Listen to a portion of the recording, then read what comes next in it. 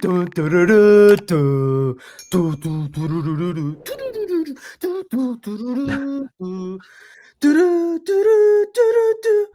surprised you're still going. Yeah, welcome back to the RAVENS Recording Podcast. We're here live on Sunday Night Football. Well, it's not Sunday night when we're recording this, and football's not on the day we're recording this. But regardless, we're back. It's the RAVENS Recording Boys. Ethan Hamilton, the young Rottweiler. There you go. And I'm 007 Gage Sutton. Thank you guys so much for tuning in for another NFL Picks episode. I know we have missed the last couple of weeks. We've been going through some personal stuff, just a lot going on in our lives, a lot of moving pieces. You know, we got jobs to work outside of it too. So we apologize for that, but we will give you a full recap of what we have missed the last 2 weeks. So before we get into all of the fun and all of the madness that has been happening around the league, make sure that you guys hit the subscribe button. Make sure y'all like this video and share this with the other NFL fans out there in your life. I'm sure they'll find some enjoyment out of us talking shit in this podcast. So yeah, we really appreciate all the support and appreciate y'all's patience these last couple of weeks. But Ethan, is there anything you want to say before we get right into what we got scheduled for the episode? Only that I'm so excited to record today. I've been looking forward to this all week. Excited to talk some ball. I know it's been a few days, but I'm back into it. And let's talk about the last 2 to 3 weeks what we missed, man. And long story short is like these conferences and these divisions have started to take shape. Like you had the first 3 weeks where like you had some teams rise and then are now starting to fall back down to earth and vice versa. Teams that had slow starts are now starting to pick it back up, like my Kansas City Chiefs. But I think overall it's been a lot of dope games. We missed the Packers and the Cowboys game, which I thought was probably a game of the year still, 6 weeks in. Yeah. What a game that was. Even though it ended in a tie, which I know a lot of football fans are not happy about. But everything except the end of that game was game of the year contender. I mean, both teams putting up 30+ points. Offenses were clicking, defenses not so much. But I think that's what you tune in for. Absolutely. A couple of teams too, like the last 2 weeks with the Philadelphia Eagles, like the whole AJ Brown, Jalen Hurts offense saga. It's very reminiscent of what went on in 2023 with that team, like having like starting the season off, what was it, 9-1, 10-1, and then having a meltdown towards the end of the year, losing to the division. They're having shades of that going on right now, which I don't think it's entirely the same thing. I think in this situation, I think personally, it has a lot to do with the fact that the Eagles are not running the ball as good as I think many people thought they were going to do, and especially in comparison to last year. Like when you look at it right now, how Saquon Barkley has been performing, he's probably not going to be a Pro Bowler in the NFC, and it's not close. As of right now, he might not even be the first or second best performing running back in his division, the way that Cam Scatterboo and Javonte Williams is playing. So the Eagles kind of, in my opinion, I think they need to figure that out on the forefront. Yeah, I'm kind of with you. I think even going into the season, obviously this is completely different, but fantasy football, I was looking at Saquon Barkley and the year he had last year, and I'm like, man, it's going to be really hard for him to replicate it. As much as I love Saquon and as great and as talented of a player as he is, repeating a season like he had last year is just very, very difficult, especially with all the change on the offensive line. Obviously, Landon Dickerson's not there. You're losing, just a lot of pieces on that offense that probably made Saquon's job a little easier last year. So I'm with you. I think the Eagles they're in a weird place right now because you bring up 2023. I think of last year, man, when they obviously won the Super Bowl. They were going through those problems. AJ Brown was unhappy with his target situation. They ended up getting it figured out. Nick Sirianni shut down all the noise. They were winning games, and ultimately they won a Super Bowl. Are they going to be able to do the same thing this year? That's going to be a question for us to find out, because I think both of us know and both of us think that they have the talent to do so. It's just a matter of getting these guys to actually play together, put their egos aside, and actually win football games. So I think it starts with Nick Sirianni. He needs to get this team back on track if they want to have any chance of winning this division, because the Giants are right behind them, and Washington as well. Washington got where it was able to kind of tread water, and now that Jaden Daniels is back, and they did lose a heartbreaking game to the Bears. They weren't as fortunate enough this go around to have a lucky Hail Mary like they did in the past. But switching over to my Kansas City Chiefs in the AFC, that the troops are starting to get healthy. I know that we lost a heartbreaker to the Jacksonville Jaguars, where the Jags played really, really well. And if you really look back at it, that defense is struggling, man. That defense is struggling. And I wouldn't be surprised that as we're getting closer to the trade deadline, the Chiefs are one of those teams that might be interested in getting reinforcements, like a Jalen Phillips or like a Trey Hendrickson. But they are getting reinforcements in the fact that Xavier Worthy came back 2 weeks ago. He's been playing pretty good. Rasheed Rice comes back this week, which is a big plus for them, having the number 1 and number 2 wide receivers back. So I expect the offense to especially passing the football, to be a lot more explosive. Rushing the football, Pacheco and Kareem Hunt have been bad, to say the least. So who knows? They might be in the Breece Hall sweepstakes as we get closer and closer to the trade deadline. And then another team that I've really wanted to focus on, that their season is probably over, is the Baltimore Ravens. Now, don't get me wrong, they're not in the best division this year, considering the fact that the Cleveland Browns are the Cleveland Browns. And the Cincinnati Bengals are going to be missing Joe Burrow for a large portion of the season. Don't forget, we will be talking about that Joe Flacco performance that he did last night here soon enough. But I was going to say, we need to talk about the Bengals, but yeah, go ahead. Yeah. But the Steelers sitting now at 4-2, and they're really they're very close to. If they won last night, I would have said that this division is done and dusted and wrapped up. But they didn't. And the Ravens kind of got an outside chance to still win this thing, although it's going to be very, very hard considering the fact that they only have 1 win, and they're probably going to have to run the table.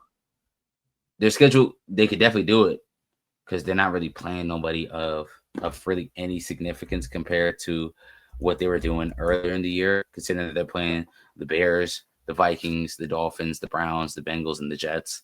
They could very easily win all those games.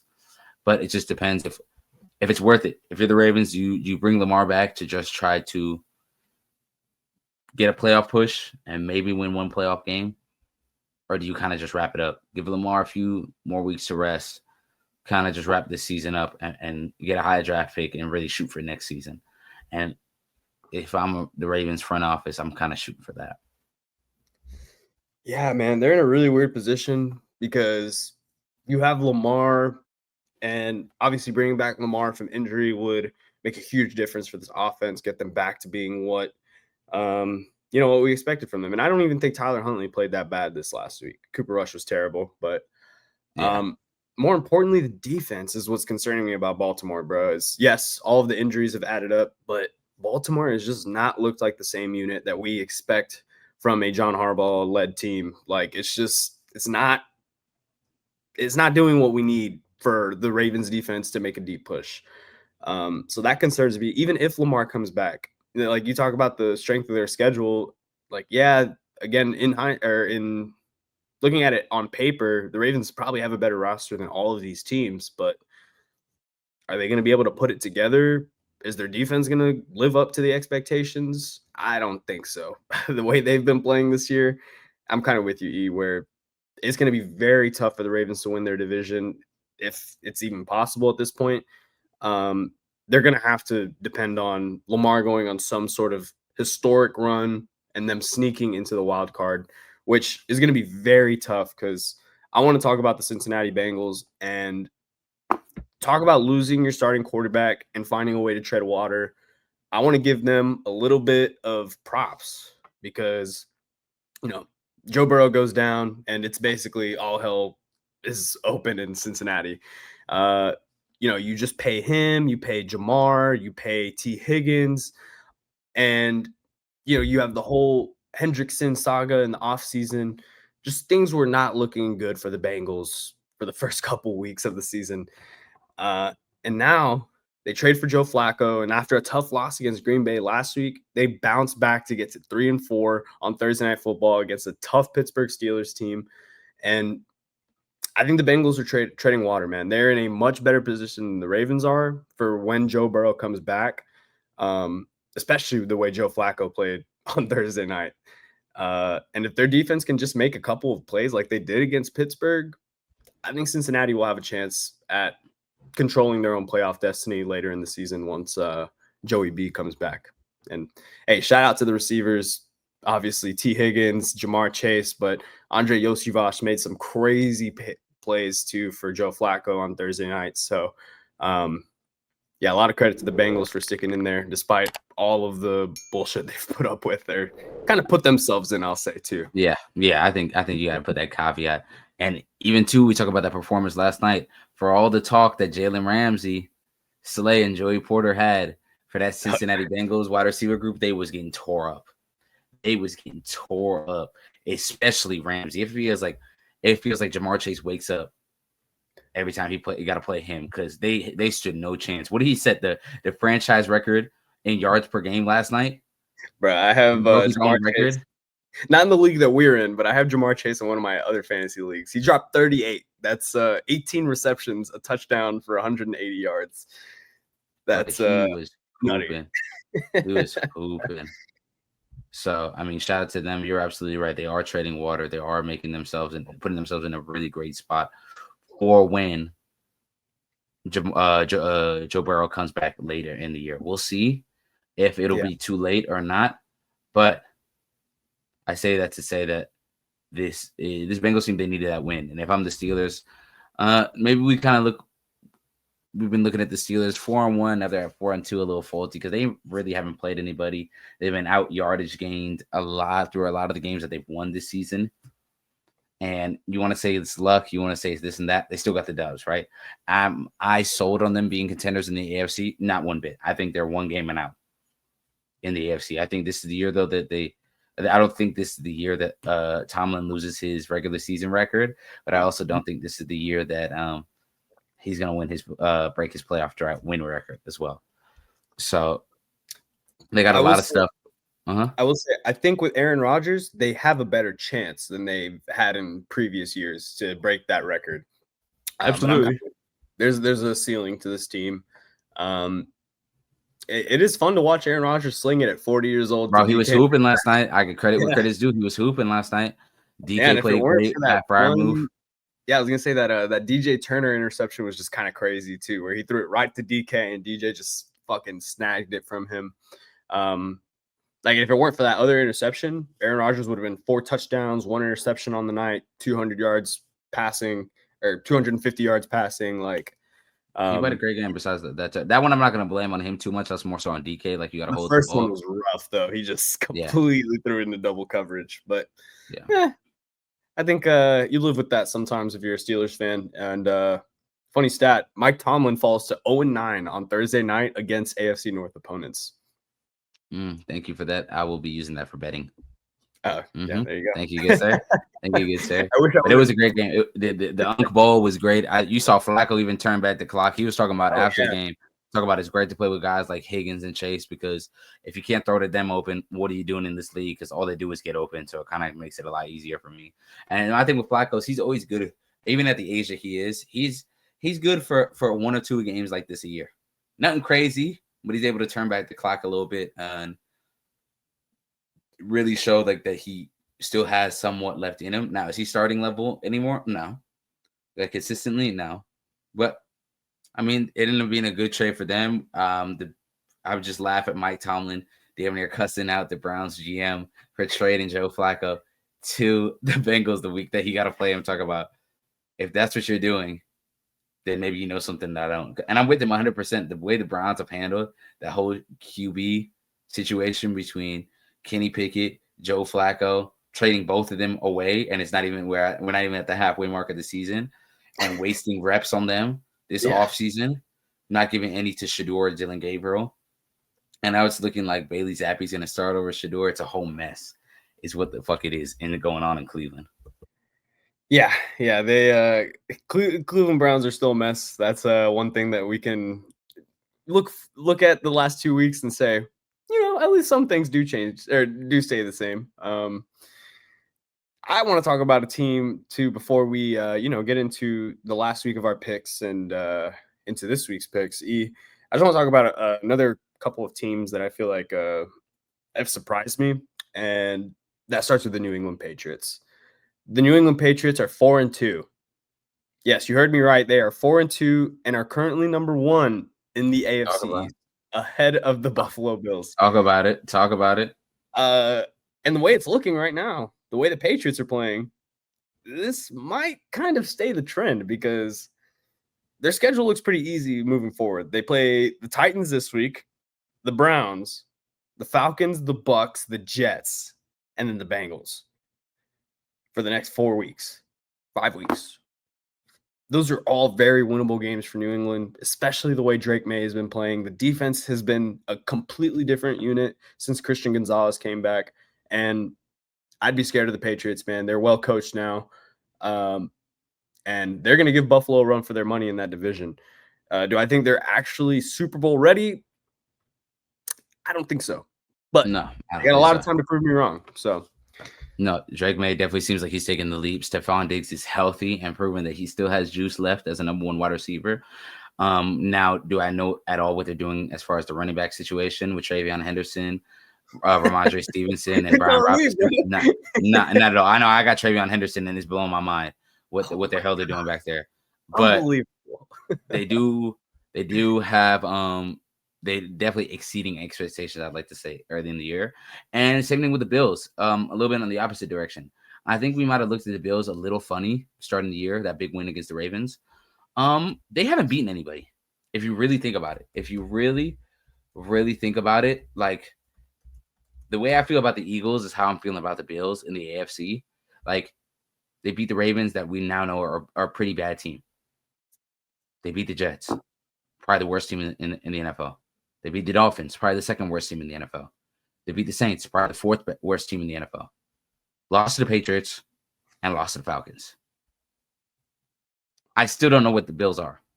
Because that performance, we talk about the performance against the Patriots at home, but how bad they played against the Falcons, it's just as eye-opening. Only scoring 14 points.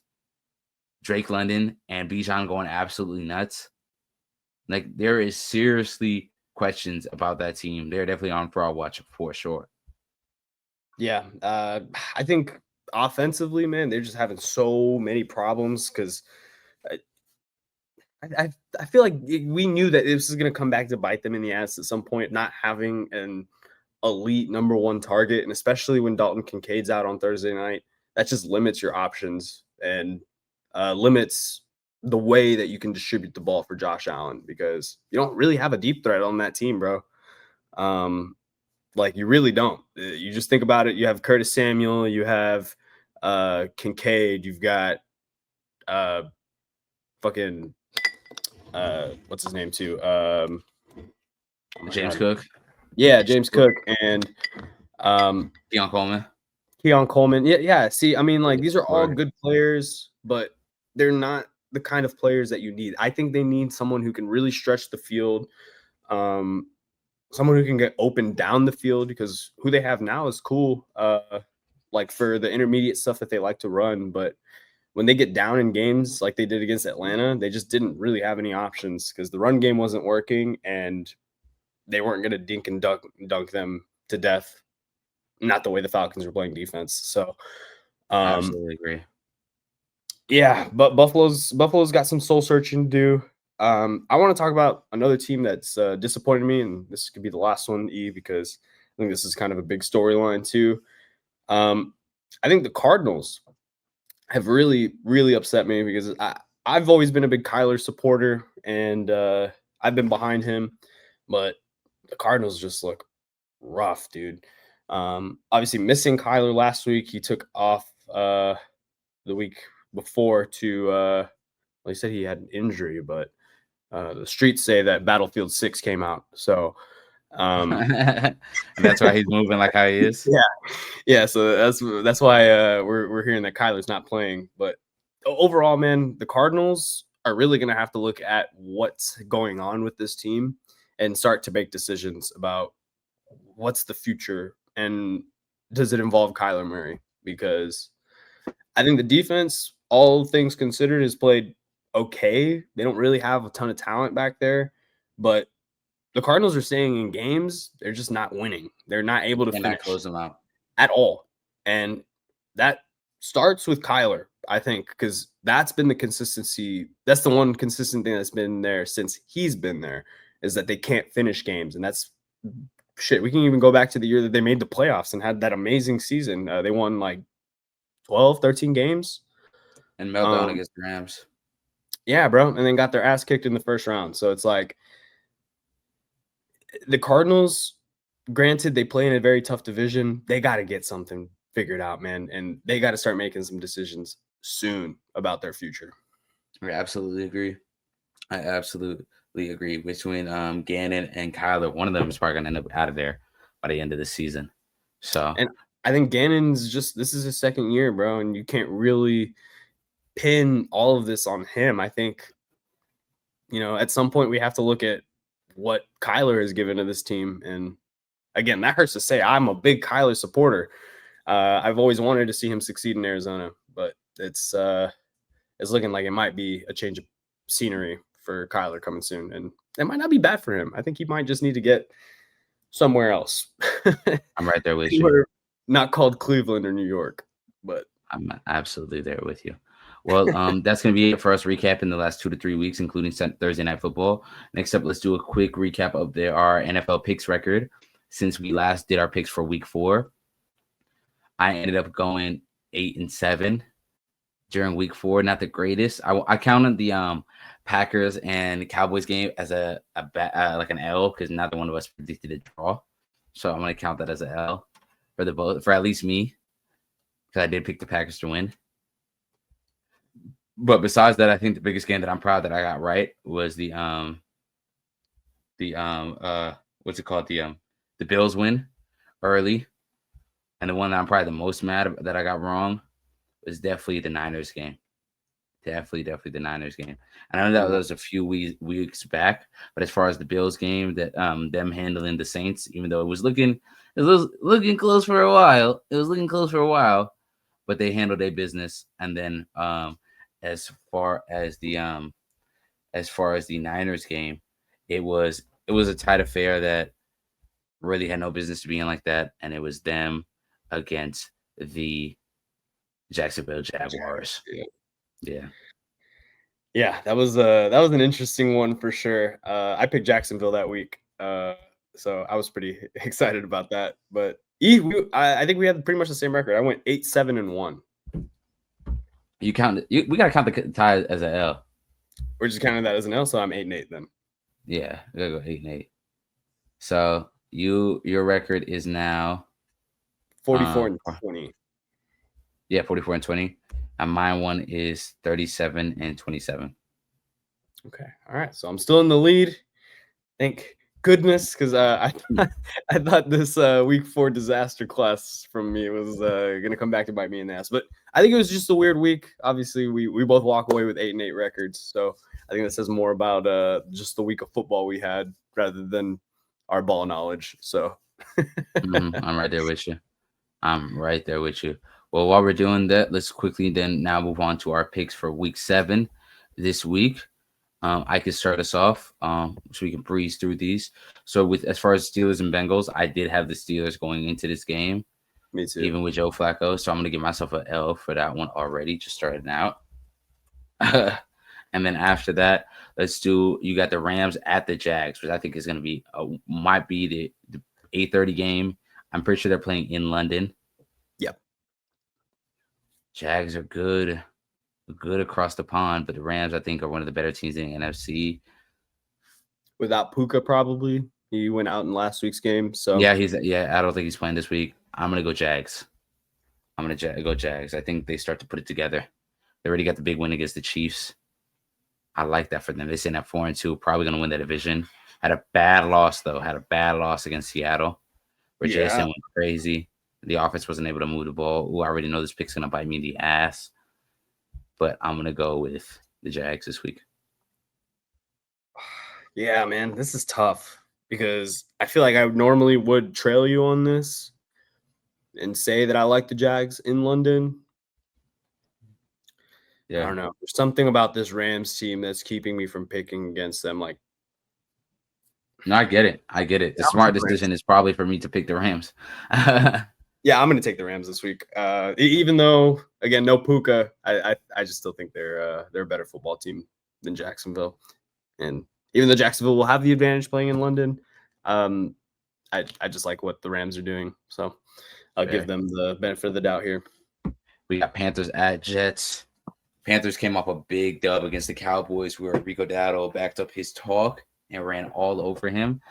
The Jets still looking piss poor, but this has got to be where they get their first win of the season, I'm assuming. So I'm going to go to Jets, man. They sitting at 0-6. They got to win, right? Hey, right? I'm glad you have faith because I don't. I'm taking Carolina. Yeah, that makes more sense. Oh my God, that Jets performance last week was rough. -10 total net passing yards for Justin Fields. I just don't see the offense getting much better, especially without Garrett Wilson. And they give him all that money. Yeah, the Breece Hall trade rumors too. Yeah, I'll take the Panthers. Next up, we got Eagles at Vikings. I'm going to go Eagles. I think they bounce back this week, unfortunately. This is a tough one because the Vikings are coming off a bye, and I think they said JJ is still not ready, and they are playing in Minnesota. Yeah, fuck it. I'll try you. I want the Eagles to bounce back. So, yeah, I'll take the Eagles taking a win on the road. But next up, we got our Patriots against – not our Patriots. We got the Patriots against the Titans in Tennessee. Titans came off their first win of the season. They fired their head coach, which I never thought he was a great head coach, but kind of firing him halfway through the season is kind of not even halfway through the season is a very Titans thing to do. And it just sucks for Cam Ward that like 6 games in now he got to worry about a new offensive coordinator probably and a new head coach. So, but I think the Patriots, they're on a roll right now. I think they win this game. Yeah, I'm with you. I'll take the Patriots as well. It's funny you bring up the firing of Coach Callahan because shit, you see the number 1 overall pick every year for the last 3 years has had a head coach fired in their first year. Terrible team building and what it is. It's horrible team building and bad decision making in the front office. And I think we should look at Bryce Young as an example of don't count your chickens before they hatch because Bryce is starting to turn it on a little, obviously being helped out a lot by the run game. But basically, I say that so that Titans fans don't freak out. Cam Ward is going to be okay. Hopefully, they don't completely fuck him up. Next up, we got the Battle of some ass. We got the Miami Dolphins at the Cleveland Browns. Yeah, that's right. Like I said, bottom 5 NFL teams, really, really bad. Both teams sitting at 1 win. I love the Browns' defense, but just offensively, Dylan Gabriel does not have it. And I don't know what Shador has, but he's probably not going to end up playing either. I'm going to go Dolphins this week. I think they just give a little bit more on offense. That if the Dolphins are able to stop Judkins, who is a very good back, I think it's kind of over. Yeah. This one's tough. The Dolphins were very close to winning last week. If it wasn't for Justin Herbert pulling off a superhuman play to Ladd McConkey in the last 30 seconds of that game, the Dolphins would be 2-4. But that Tua pressure did not help my idea of this team and the chemistry. I feel you. I'll take Cleveland here, winning at home. Bet that. Next up, we got the New Orleans Saints in Chicago. Chicago's on a little bit of a roll. They're sitting at 3-2. I think they get the W here. Spencer Rattler's been doing all right for the Saints. I just think the Bears have been better. Yeah, the Bears have looked like a completely different team the last couple of weeks. Do I think that will stay the same? No. You see the jersey I'm wearing. It's not. Look at you. So I'm taking the Saints. Let that hate see through. Oh, it's seeping through my veins. Well, next up, we got the Raiders at the Chiefs. Chiefs are getting Rashee Rice back this week. I think it's a dub for us. Yeah, I hope so. I have Rashee Rice on my fantasy team, so I would like to say the same thing. Go Chiefs.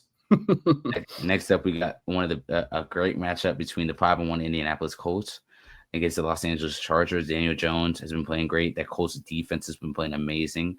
The Chargers got the win last week, even though I think they've been teetering a little bit. I think you're seeing the offensive line health concerns that we had early in the year coming back to bite them in the ass. Quentin Johnson is out, so they're going to have to lean on heavy on Ladd McConkey. I'm going to go Colts. Oh, see, this is tough. This is a game that I want to see the Colts win to prove to me that, like, they've turned a new leaf, that this is actually a very serious team. Because, like you said, they should win this game, even though they're on the road. The Chargers are coming into it very banged up, and I mean, almost losing to the Dolphins last week. So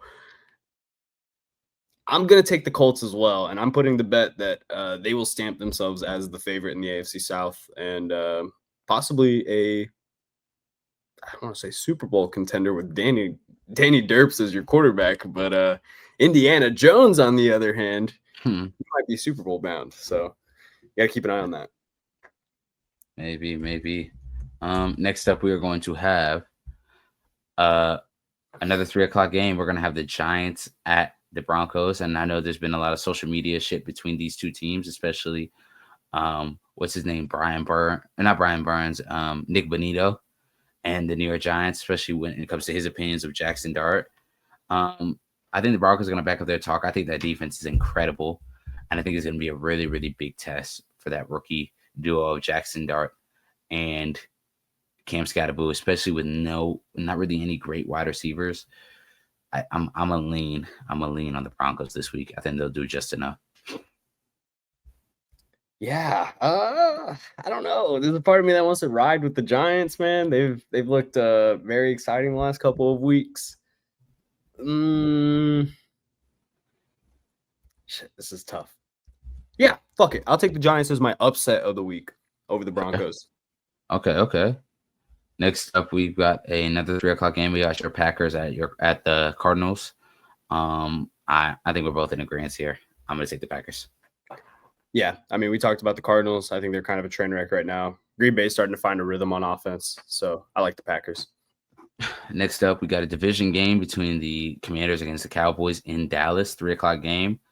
Both teams coming off crushing losses last minute. Cowboys losing on a last-second field goal to the Carolina Panthers, and the Commanders losing to a last-second field goal to the Chicago Bears.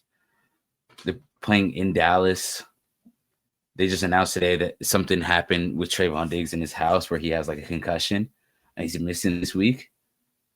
He's not going to be able to play on Sunday, which is crazy. It makes me want to know what happened. I'm going to say I don't think it's going to make that much of a difference. I think Eberflus playing zone with Diggs and Bland being man corners, one of the better man corner duos in the league, has hurt them a lot this season.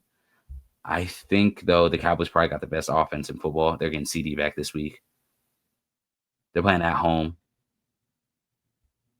I'm going to say Cowboys this week. But it's going to be a high-scoring game. I just think the fact that CD is going to be there. The teams already couldn't guard it with just Pickens. I think, I think I'm going to say the Cowboys this week. I think if Dak is able to keep the turnovers at a minimum, which he's been doing all season, and is playing like the MVP, I think they'll win this game. Yeah, I think this is a big game for both of these teams. Kind of a turning point for both of them because if you're the Cowboys and you lose this game, you fall to 2-4-1. For the Commanders, you fall to 3-4, and that just puts you at a very disadvantaged position to catch up with the Eagles, either one of these teams. So it's tough. I'll take the Commanders here. Fair. I'm not mad at that at all. I think I'm right there with you as far as this is important. Both these teams want to catch the Eagles and or a wild card spot. I think they need this win. I think the Cowboys more than the Commanders. I agree. You said 2-4-1, especially with how hard their schedule is the rest of the way. I think you kind of pack it up. Yeah, if you lose this game, it'll be tough because you play the Packers the week after, and I don't know. Not the Packers. I'm tripping. You play the Broncos the week after. I think if what we're hearing is true as far as the Cowboys looking for reinforcements, because apparently Overshown and Savon Ravel, their rookie third-round corner, is supposed to be coming to help them out as far as reinforcements. And it's supposedly they may be looking into maybe trading for Trey Hendrickson. I think if you lose this week, I think all that is kind of out the window as far as maybe rushing those players back or jumping that trade. Because if you fall to 2-4-1, if I'm the Cowboys front office, I don't make that trade. I kind of stay pat, and I just let the guys, if they're healthy, come back. But so yeah. Next up, I've got the. Hold on. I lost where I was at for a second. Pardon me. Next up, we've got the Atlanta Falcons coming off a big win against the Buffalo Bills, playing on Sunday Night Football against the San Francisco 49ers. I think this is going to be an interesting matchup. The Falcons had a really, really, really big win against the Bills where they're able to put the ball in the playmakers' hands and force the Bills to beat that great defense. Because I don't know if you've been watching that Falcons defense. They probably got the best defense in the NFC. That defense is legit. Yeah, I don't know if I'm ready to take that step and say they're the best defense in the NFC, but they were a huge liability for this team last year, and we've seen a complete change of pace for them. They're actually getting after the quarterback. The secondary is obviously good since you have Jesse Bates back there. I mean, yeah, man, I like what the Falcons are doing. I think earlier in the season it was kind of finding a rhythm on offense, and I love it, man. Michael Penix is just feeding Drake London. He's finally getting Kyle Pitts involved. And Bijan just had a fucking amazing game. So I really like what the Falcons are doing. I will take them over the Niners this week. I am going to stay with you right there. I think I'm going to stay with the Falcons too. I think if they just put the ball in those playmakers' hands, they'll do best in those type of situations, not relying too much on Penix. I'm gonna go with the Falcons. Yeah, man. The Falcons are they're a lot of fun this year. I think the offense is humming, and the defense looks so much better. So I'm excited to see what they can do throughout the course of the season. And I think they're in a pretty good position to win that division as well, if I'm not mistaken. Well, the other team that we're talking about that is going to be probably next up with them that is in the lead is the Tampa Bay Bucks. They are traveling to Detroit to play the Lions, who, after a questionable call against my Chiefs, which in reality I think it was a touchdown, the Jared Goff play, he didn't go under center. I think that's Fugazi. He did not go under center. He stood behind him, but he did not go under center. And they play the Lions. I'm going with the Lions this week. Yeah, man. This is tough because I don't want to count Baker out. He's been playing so great, and if the season were to end today, I think Baker Mayfield would be the MVP of the NFL season. But they're just so banged up, man. No Chris Godwin, no Mike Evans, and Buka's hurt. That's what I think is going to hold him back. No Ibuka, because he's been Rookie of the Year so far, and it's missed already. Yeah, man, he's been a fucking stud, and the fact that they're not going to have him out there is it's tough. And if I'm not mistaken, I think they're also going to be out without Bucky Irving as well. So yeah, that's a tough one. I think just because of all the injuries, I'll take Detroit too. But shout out to the Bucks, man. They're having a really great. They've been great. And then last but not least, the last Monday night game, we've got the Houston Texans in Seattle. The Seahawks are sitting right now at 4-2, coming off a big win against the Jags where JSN went nuclear. I think it's going to be a huge test for this Seahawks offense going up against this Texas defense. And I think they're going to pass the test, man. I think if they get past 20-something points, I think their defense will be able to hold the Texans, especially at home. Yeah, I think the Seahawks are another one of those teams that are finding their rhythm, finding their groove on both sides of the ball. Obviously, like you said, offensively, Jackson Smith-Njigba has been incredible. Darnold and him just have found chemistry off the bat. And the defense has played a lot better the last couple of weeks. Great secondary. Pass rushers are starting to get there. So I still don't know how I feel about the Texans either, man. The Texans just started off so rough. And even though the defense looks great, I'm still not bought in on that offensive line protecting CJ Stroud. So I'll take Seattle here, as much as it hurts to say, and as much as it'll hurt to see the Texans go to 2-4. Yeah, I think the Seahawks are going to win. Fair. Well, thank you guys for watching so far. This has been it for our NFL picks. Recapping weeks 4 through 6, as well as predicting week 7. You already know who it is. Young Rottweiler, Ethan Hamilton. Bart 007, Gage Sutton, my partner. Thank you guys for watching another episode of AWR. Make sure to like, subscribe, and comment. Tell us how trash our picks were. Tell us how fire our picks were. And we'll catch you guys next week. Peace. Thank you guys. Peace.